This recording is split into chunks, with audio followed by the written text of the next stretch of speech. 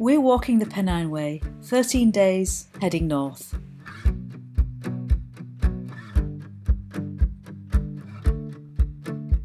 Day 5 takes us from Gargrave along the River Aire to the beautiful village of Malham.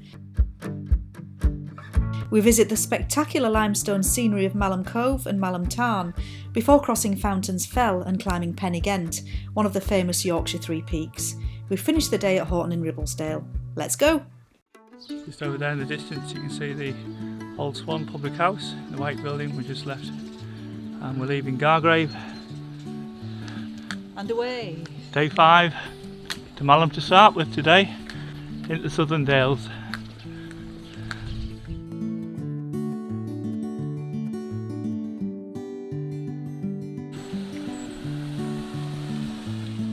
Good morning, you rabble of trouble. They're bow-legged, look. Who you calling bow-legged? That's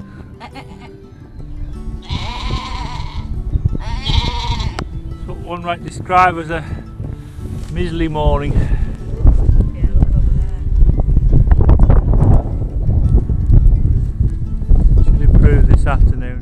Whoa! Oh. Stampede. Quite massive.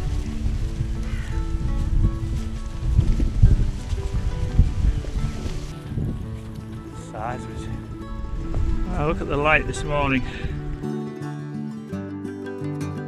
The River Aire guides us north towards Malham. The walking here is delightful, though some of the Yorkshire Dales styles require care.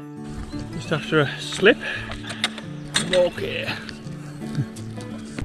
Hopefully that'll come out, the rainbow.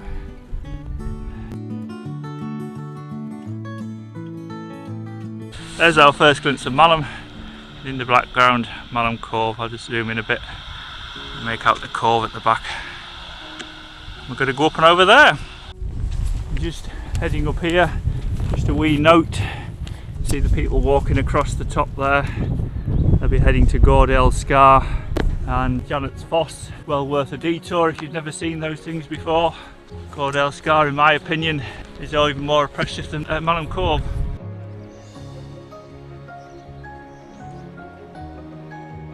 Useful place in Malham. H's of Malham Village Store gifts and some outdoor gear if you need a bobble hat. Oh, it's closed still,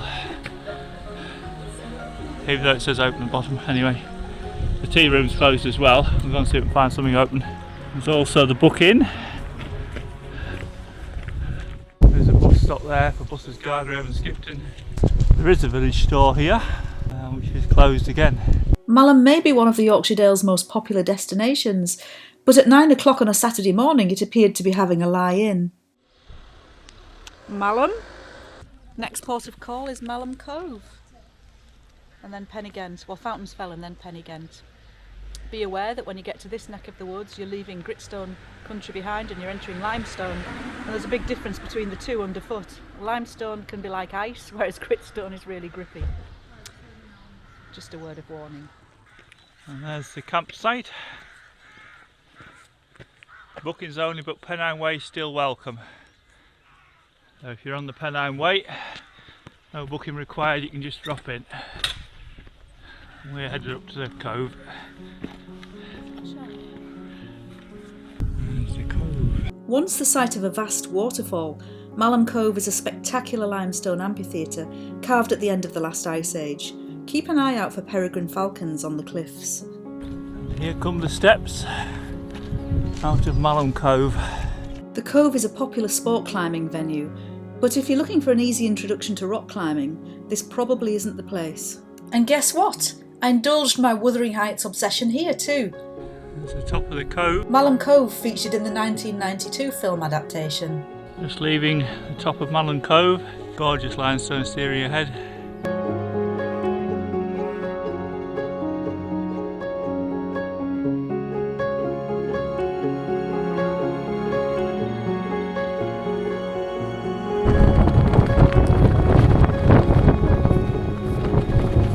Suddenly it's windy.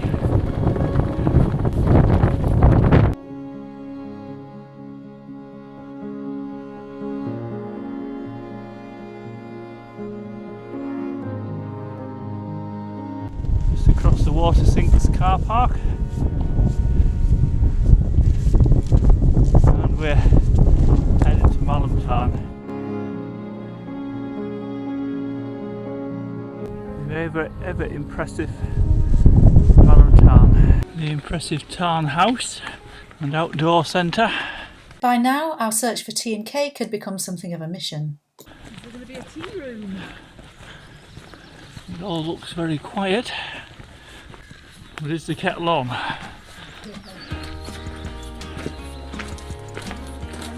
Maybe. We'll see. That'll be a no then. And onward. Nothing for you here. Leaving Malham Tarn House, having found no sustenance at the inn. We battle onwards towards Horton. However, there are some nice sculptures to distract you. Why does it always rain at this place? Every time we come here it rains, doesn't it? Every single time. It seems to. Rain. Just headed to Pen-y-Ghent next. In about 1.5 miles. About another 10 miles to Horton from here. Sun shining on the fell behind. I'm going to say it isn't with a bit of trepidation we're headed up there. Just hope that we get a view off the top. 50-50 I'd say at the moment. I always say so, you get the best views in the Southern Dales. They're always magnificent, the views here. Greyness. Met Office, completely wrong again. You can stick the sun forecast where the sun don't shine, because it ain't shining. Don't take it personally, Dave. I just dropped off Fountains Fell and back underneath the cloud. Bit of dappled sunlight, but I'm just looking across. There is our next objective. In the cloud is Pen-y-Ghent, but it does seem to be lifting its skirts a little bit, so hopefully we might get a clear summit. Ever optimistic. Seeing that's like seeing an old friend. We've done the hill so many times, climbed on it as well. With a bit of luck, we'll get a view from the top. There's your view back to Fountains Fell. Clear now. Here's a mountain that we've been up many times, and it's quite cheering actually to see it. Familiar, like a pair of old slippers, isn't it, Dave? This is a good old friend. We refer, of course, to Pen-y-Ghent, although it's not the usual approach that we're taking today. There it is. The original plan was to camp on the summit of Pen-y-Ghent. Then we arrived, heard the wind, and chickened out. Summit of Pen-y-Ghent. There we go, we got a clear summit. Go back across to Fountains Fell where we just come from. That's finally cleared, although it is windy.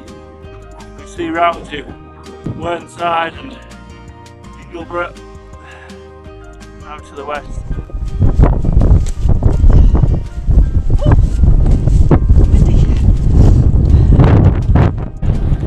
Heading down into Horton, bit blowy, just remarking how beautiful it is tonight, even with the wind. God's own country, Dave. It just has to rain one last time, doesn't it?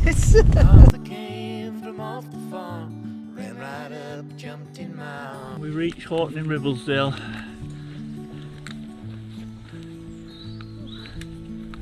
Main road. Campsites down here, and the public house as well. Home farm campsite. While the socks take advantage of the breeze, Dave conducts another of his regular tent searches, probably for his glasses case. There's stuff happening. What's happening in that tent? Show your face, tent man.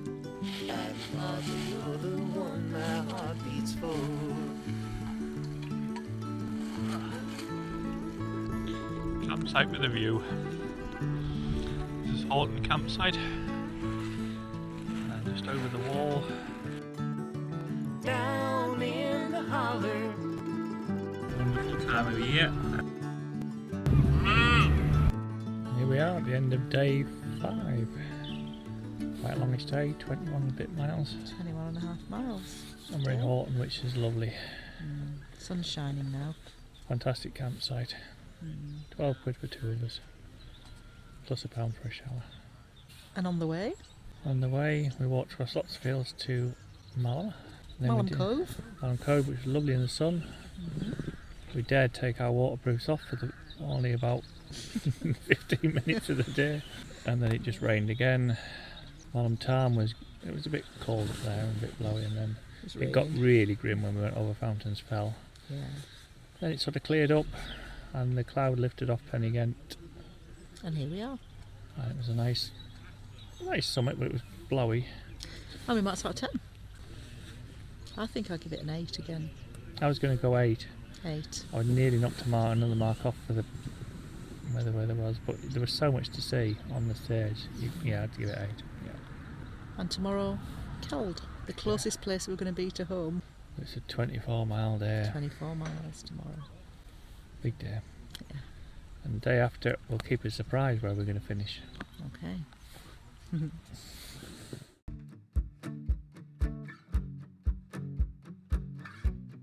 Day 6 is a big one with more than 27 miles ahead. Leaving Horton-in-Ribblesdale, we follow the Pennine Way through the heart of the Yorkshire Dales to Hawes, with a stop at the excellent Penny Garth Café. From there we climb Great Shunner Fell, descend to Thwaite and finally reach Keld after our longest day on the trail. Let's go! Morning on day 6. It's been a cold night. The ground and the tent are covered in frost. There's everything around us. I just wanna go out and walk with you. Baby, you know I just like to talk with you. This used to be a great little cafe in Horton, the Pen-y-Ghent Café. However, it's currently closed and has been for some time. People doing the 3 peaks used to be able to stamp their ticket when they set off, and then when they got back for their time. Sad it's closed, and hopefully one day it might reopen. And there are toilets here, water outside as well. And just over the bridge here is the Crown Public House. And we'll leave Horton heading for Kirkwith Moor. It's about 3 miles away. Continue from there and then we'll drop onto the Cam Road and into Hawes. This may be the day of the walled lanes. We certainly know the one into Hawes is going to be a long walled lane. We're just 1.5 miles out of Horton, and if you want a wild camp spot, running water and a glorious flat pitch, this would be it.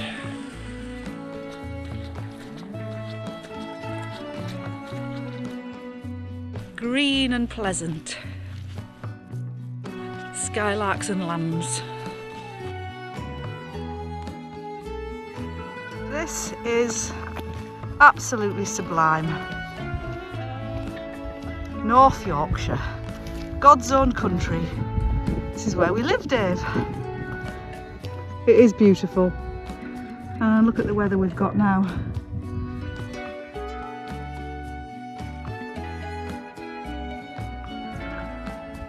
Beautiful. Yorkshire 3 Peaks, Pen-y-Ghent, Ingleborough, and then Whernside. Baby, you know I just like to talk with you. I can see from here. Here is Lingill. Baby, you know I just like to talk.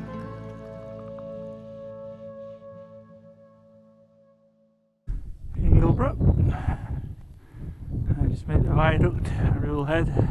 About 6 miles out of Horton. And we're going up this track which seems like it's gone on forever and up forever. Skylark singing above.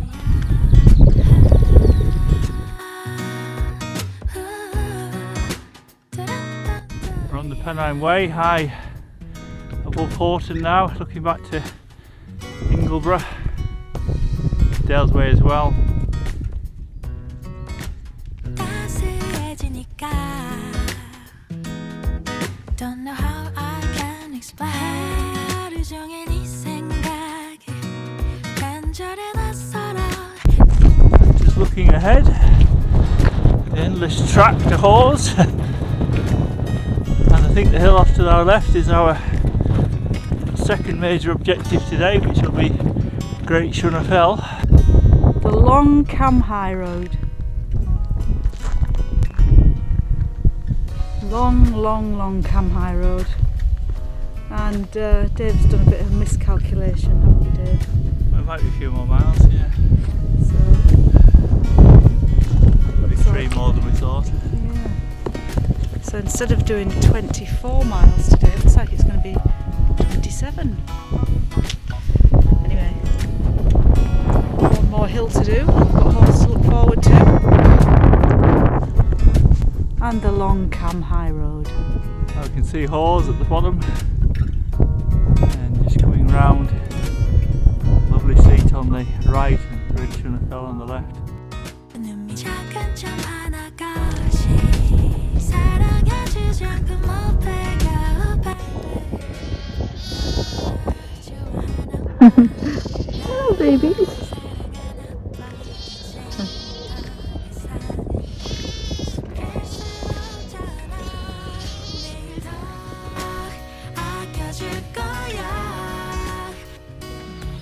Final section into the village of Hawes.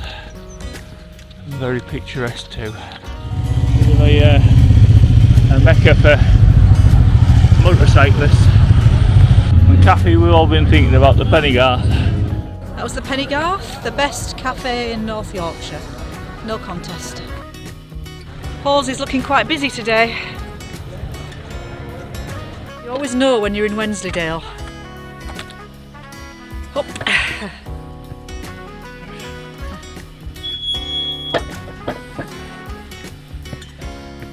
Beautiful part of the world, but these gates, God.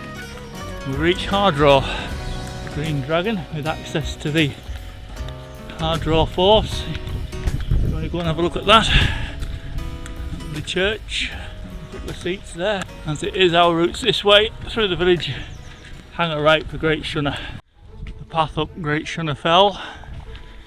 Like when you come up here, it's count the gates, isn't it? First gate, second gate, turn right, and then it's still miles up to the summit. It's miles up to the summit. Count the gates. Gate 1. Gate number 2. Gate number 2. I was climbing over this in your snowshoes a couple of winters ago. Yeah.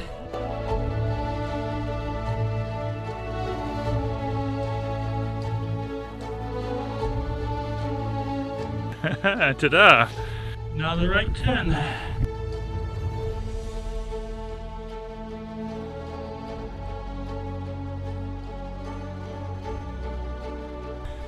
The summit of Great Shunner Fell. As we get there, we leave Wensleydale and then to Swaledale. I would say Swaledale's probably our favourite dale. Where we live. And it is where we live. The weather has been kind to us today. It has. The very same place under very different conditions.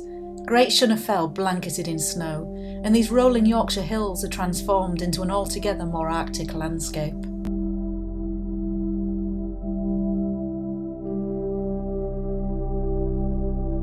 Long day so far, and a bit more to go yet. We maybe have another, I don't know, 2.5, 3 hours. Now we're crossing over into Swaledale. Right, Dave? Sweating my boot. Bit of Yorkshire grit. The slabs are very good, however,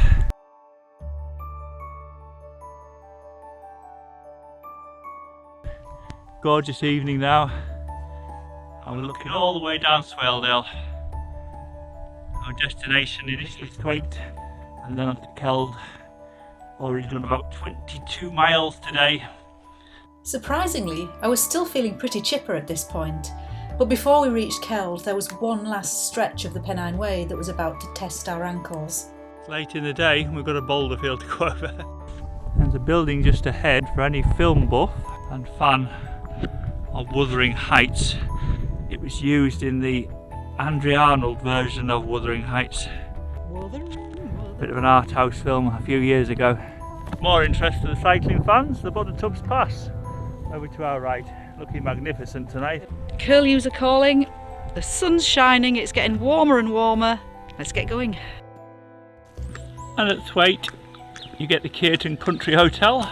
It's a great tea room, licensed, also has rooms, drink, eat, relax. Oh, it's closed. Oh, it's open. It's got the open sign and the closed sign up, so I'm not quite sure what's happening there. Get a choice round here. I'll go and have a look at the opening times. Sunday 11 till 3:30 guests only. Monday, Tuesday closed. Wednesday 10:30 to 4 bar guests only. And Thursday, Friday, Saturday 10 till 4 and 5 till 9. Glorious part of the evening now. Pheasants, curlew, lambs, sheep. But we've got to go up and around the side of Kisdon Hill. About 3 miles to go to our pitch. Look at these little lambs.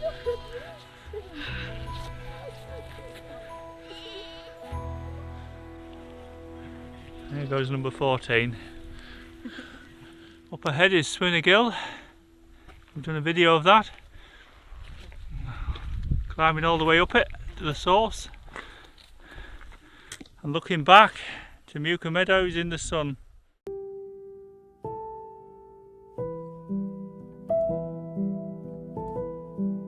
Sue's taking to eating her gloves. If I'd remembered what was coming next, we'd definitely have gone over the top of Kisdon Hill instead. We've walked it before and it's a lovely grassy route.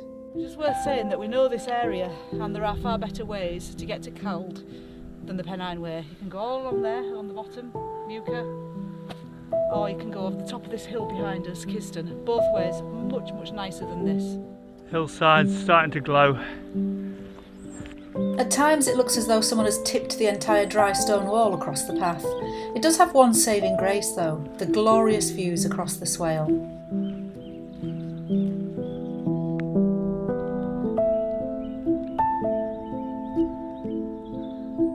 We just arrived at the junction of the path from Muka, which is a fantastic way to walk along this section. And we're headed down towards Keld. Here's the village of Keld. Rukin's campsite. Campsite check-in here. We might have to go and knock at this late hour.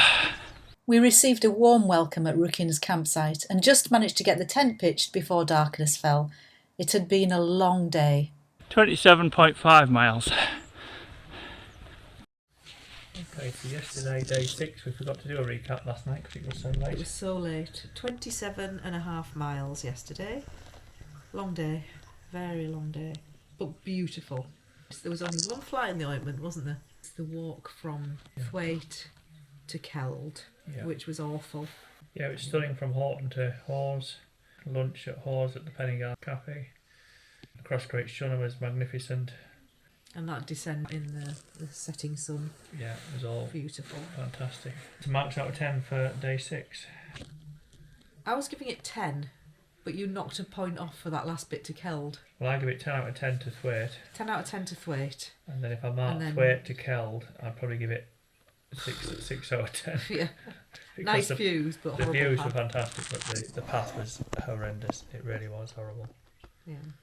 And it was a late night at the campsite, and I had a really bad night because I just couldn't get warm. I was just really, really damp and cold. Clear night. Let's leave it there for now. Please join us next time as we continue ever north past the famous Tan Hill Inn and into Teesdale.